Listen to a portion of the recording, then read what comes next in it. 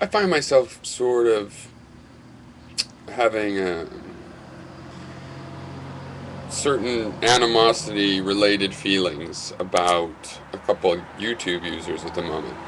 First of all, there's the Angry Canuck, who is just this sort of troll person. And when I say troll, I've been online a long time, since before the internet was, popularized. And I have an old-fashioned idea of netiquette and whatnot.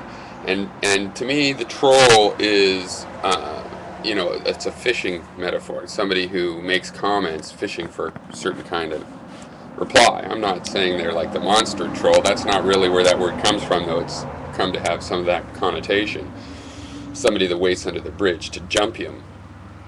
But what they're really just putting bait in the water, and so it's easy to just ignore that bait when you see somebody trolling. But it is annoying, and I think there's a line. I have a respect, actually, for trolling to a certain degree. I think learning to recognize their bait has been a useful thing for me. But I think, just like with real fishing, there's certain limits to how the fishing should go.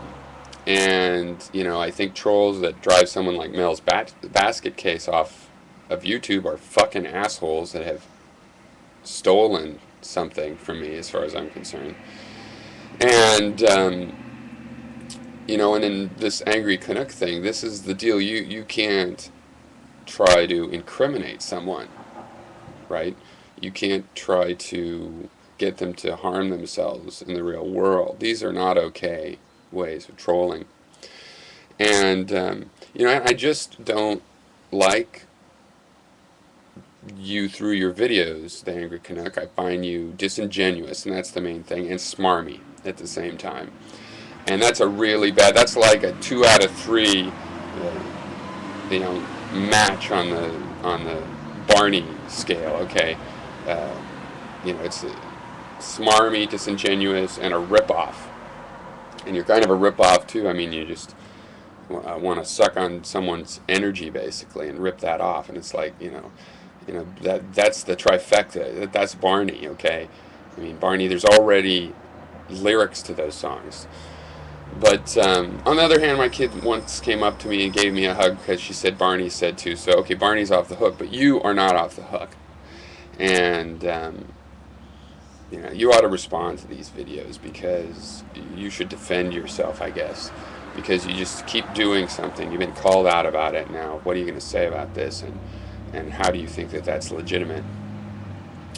The fakesagan is the other person.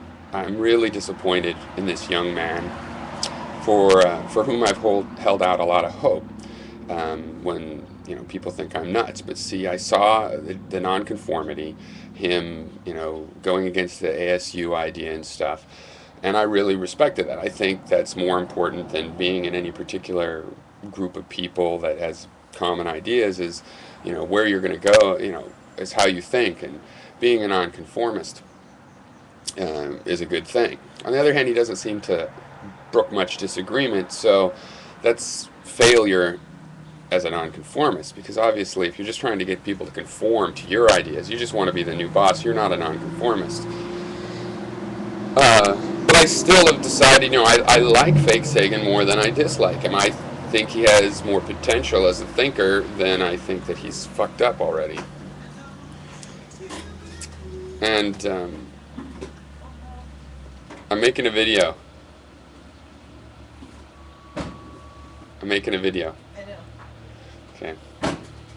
Figured that when you walked up. So you're on the video right now because I can't edit it.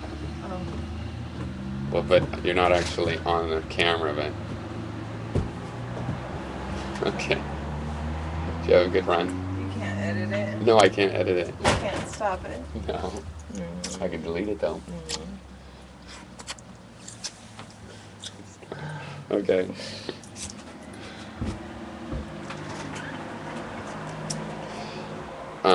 Okay, sorry for the interruption. So, fakesagan,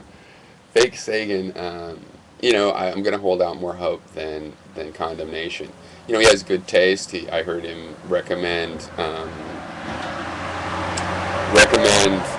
The Fog of War. Very important movie. One of the best documentaries ever. Very important. You've got to watch that movie if you have any interest in war and politics or history. He has a great video up on his webpage right now that I've watched and showed a bunch of people on, how to interact with the police. I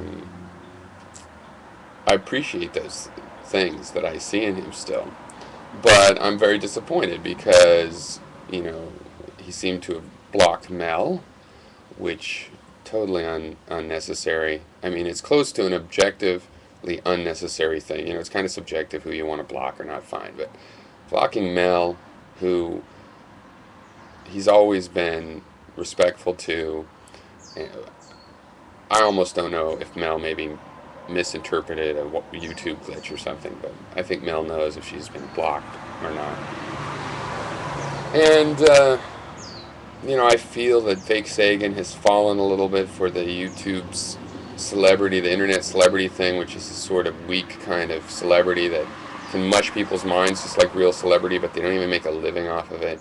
And it can be really sad. I mean, I think it's fine, but then people tend to become the persona that they know is responsible for the popularity in their videos. They weed out the other kinds of videos and stuff. This is one reason I like Mel, is because Mel's like, she's on there to express herself, and that's what she's going to do. And she's not going to make all, cat story videos for the people that love that or anything else. She's going to express herself, and that means she's going to be all over the map, and she's not going to be perfecting some persona.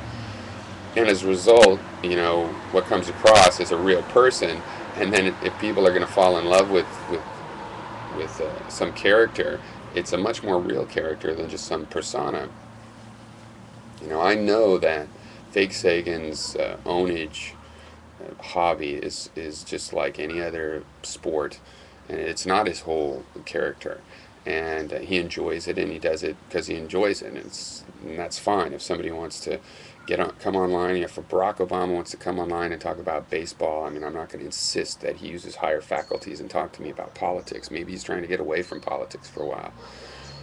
But then in this blocking behavior, you see something behind the scenes. It's not just the videos that you're making. It's,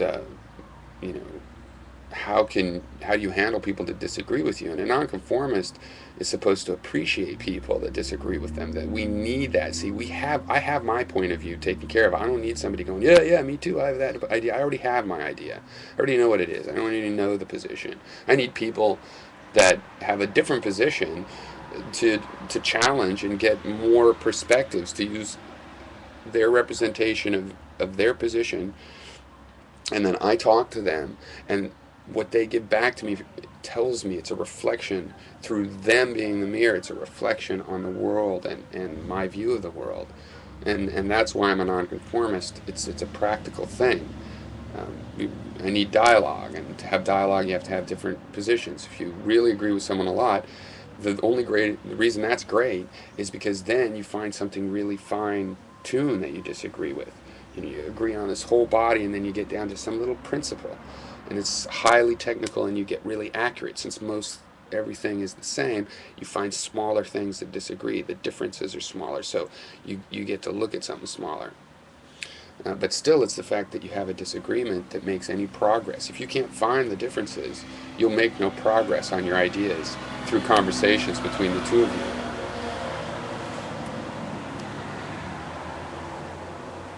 Cheers.